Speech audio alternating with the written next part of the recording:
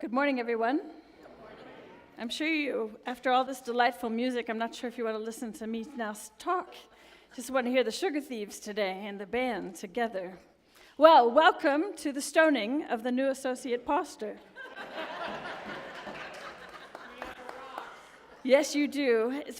And for those of you who are watching online who don't know what I'm talking about, everyone who entered was given a stone today as they walked into worship. Did everyone get one? Yeah, great. Okay, Greg, put your hand down. That scares me. This was potentially a very bad idea, maybe even a rookie move on my part.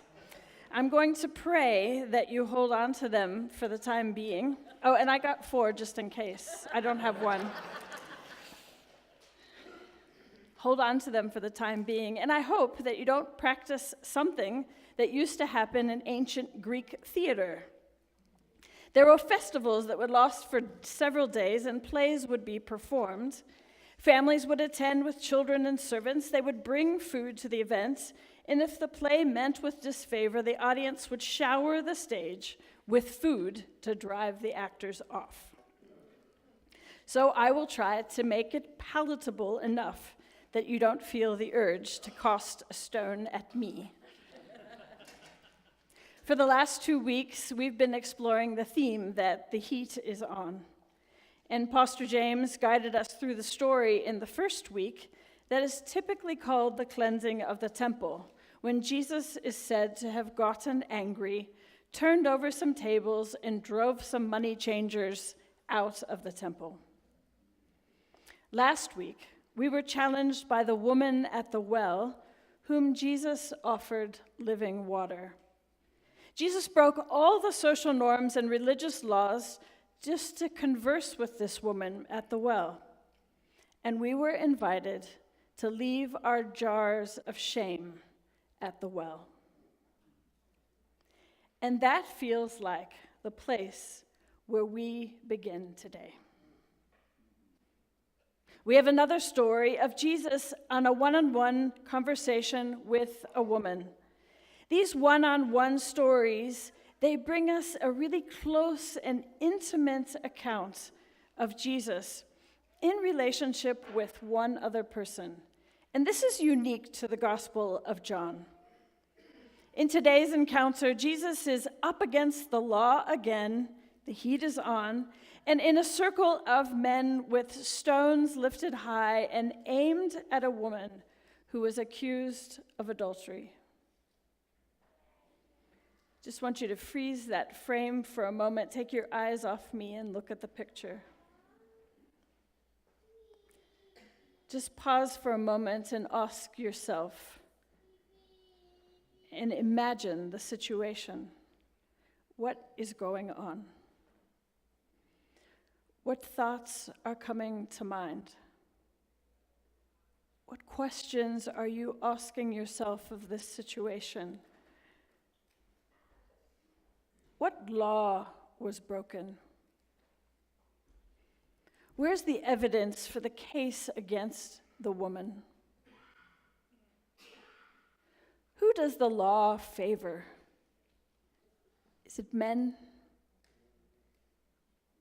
Where is the man that was involved? It takes 2 to tango. Does the punishment fit the crime? And what are women still blamed for today? What are they shamed for? What are they judged for? What are they objectified for? In the ancient world, we have evidence of men having multiple wives and prostitutes. Double standards around sexuality and sexual matters abound. The Old Testament law for adultery was death, as recorded in the Bible. Move to the New Testament where we are in today's story, and we have a woman about to be stoned. Can you feel the tension in the moment as Jesus walked in and was confronted? Men grabbing stones and shouting at the woman, posturing themselves and ready for the throw. I fear inside of me, and have great anxiety when crowds gather, when mob mentality takes over, when groupthink rules, when individual, compassionate, God-fearing people turn ugly and hateful. When united as a group, all of a sudden it seems to be okay to attack, to use violence, to slur offenses and damage property and people. Don't get me wrong, sometimes protests are necessary in the face of injustice to enact change. In this situation, with the woman about to be stoned, I'm ready for Jesus to enter and turn over the tables like he did 2 weeks ago. But that's not what happens. Jesus doesn't do that. He doesn't argue. He doesn't pick a fight. He doesn't get angry. He doesn't tell them even to stop. He doesn't force the stones out of their hands. Contemplative living, Cynthia Bourgeault says, when presented with the polarities of stoning the woman or freeing her, Jesus says, let the one among you who is without sin be the first to throw a stone at her.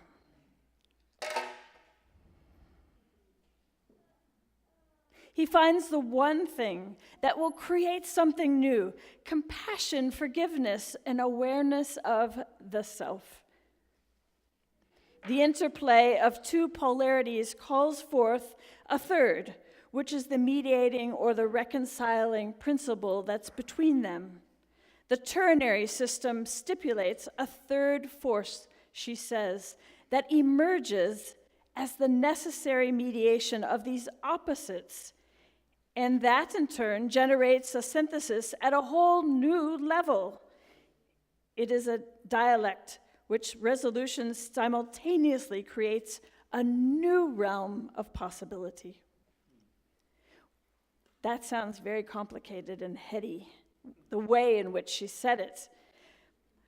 Let me say it like this. What we need is more third way thinking. In fact, it's not even thinking. It's a way of being in the world and being with one another. Bourgeault says the manifestation of love is always there. You just have to find it. The polarities and binaries of life, they divide us, they separate us, and they prevent us from transformation and change. You see, it's much easier to point fingers and to shame and to blame. I'm mindful that school has just started, and so has the judgments and the blaming and the shaming. It is rife in schools, and our children need support in that area. When they are met with that, it's easy to shame and blame. It's a quicker solution to say that I'm right and you're wrong. It's more comfortable to stay on our own side, in our own camp, with like-minded people. This binary, dualistic thinking doesn't get us anywhere except into heated debates and fuels anger and hatred. The third way cultivates creativity, possibility, where it didn't exist before. There's something else that happened. I don't think I've ever seen it this way before in the scripture text. I think that Jesus creates a third way in diffusing the situation by a really unexpected act. He bends down and starts drawing on the ground. And I think for many people and scholars, we've focused on the wrong thing. We've thought, well, in our scientific minds, Western thinking, what did he write? Right? Let's see if we can go discover it. Right. I think we focused on the wrong thing. Pause for a moment again, imagining and watching that act of the bending.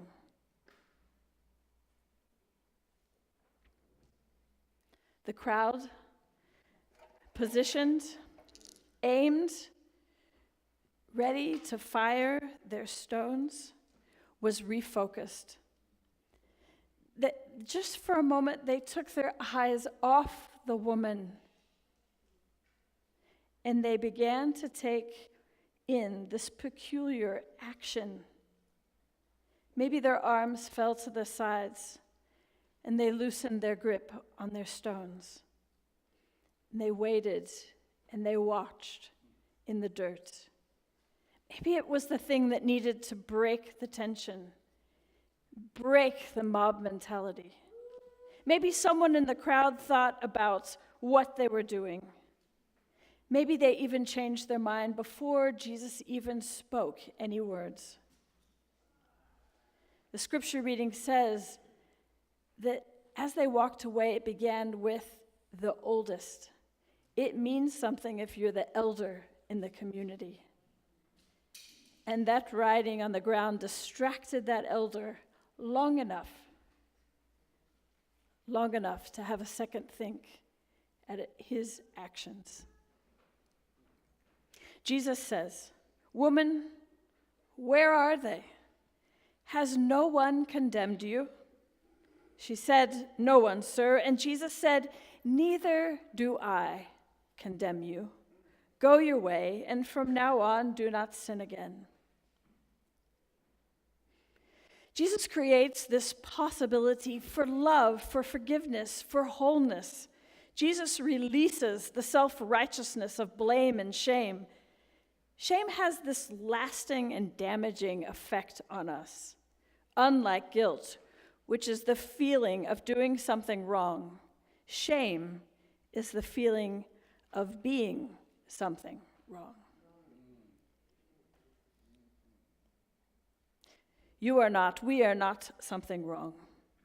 And the third way removes that shame and blame. The third way changes the possibilities.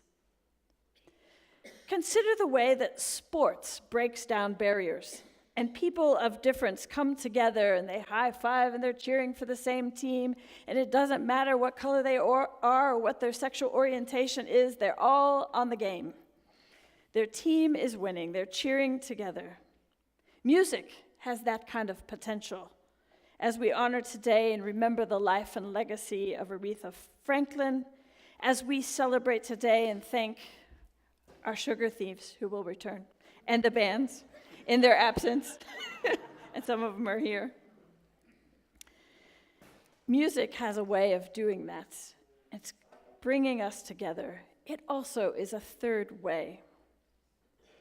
So I want to just ask you to think now.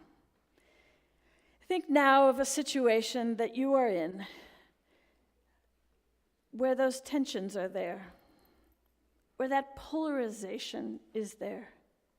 You don't have to think long or hard or far. Where the setup is there for win and lose, for right and wrong. You may not be able to see it in this moment that I ask you, but I'm going to ask you to carry it with you and to think about it throughout the day and the week. Can you see in that situation the possibility for love? A third way that is creative and transformative? And I'd love for you to catch me in the week or send an email or share next week what happened in that situation. The creativity of your thinking. Remember what the Brené Brown quote was that we saw earlier? It said, vulnerability, it's the birthplace of creativity and love.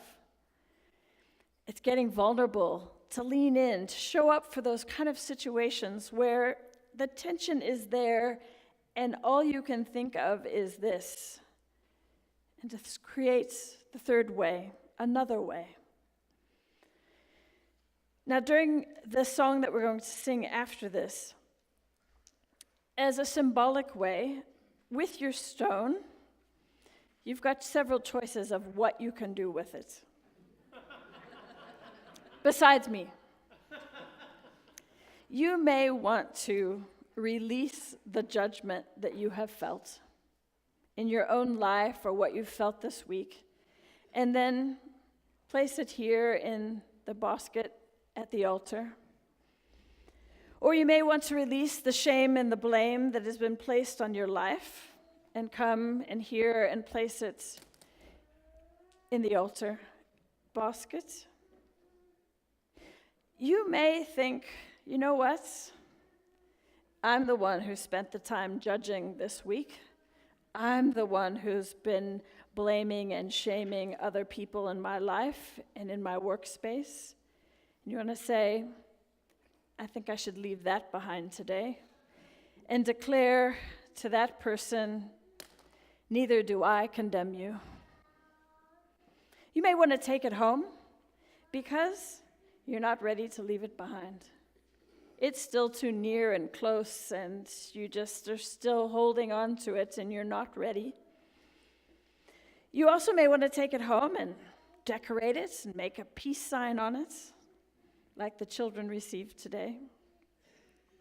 Or you may want to take it home and you may want to write third way on it. Or it just would remind you of a third way. And every time you want to pick it up to throw it at someone, you think, no, there's got to be another way.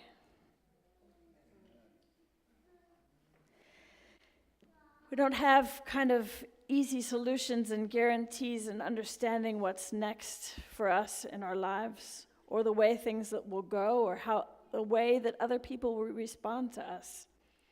We only have the ability for us, through creativity, through trying to see the possible, listen to the Spirit, where we can choose a different way and a third way.